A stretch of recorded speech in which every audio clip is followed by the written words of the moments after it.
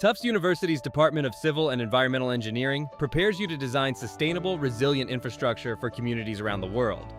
Through full-time and part-time programs, students concentrate on areas including civil and environmental systems, engineering, environmental health, environmental and water resources engineering, geosystems, and structural engineering.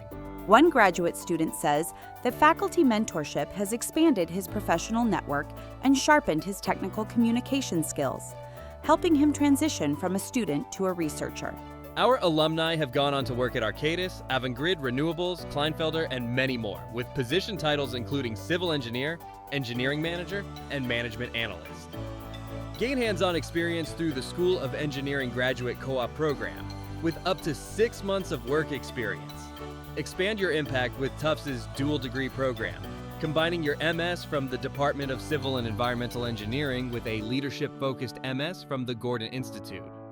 Located minutes from the innovation and policy hubs of Boston and Cambridge, students work at the intersection of infrastructure, the environment, and people to make a real-world impact. Learn more at engineering.tufts.edu/CEE.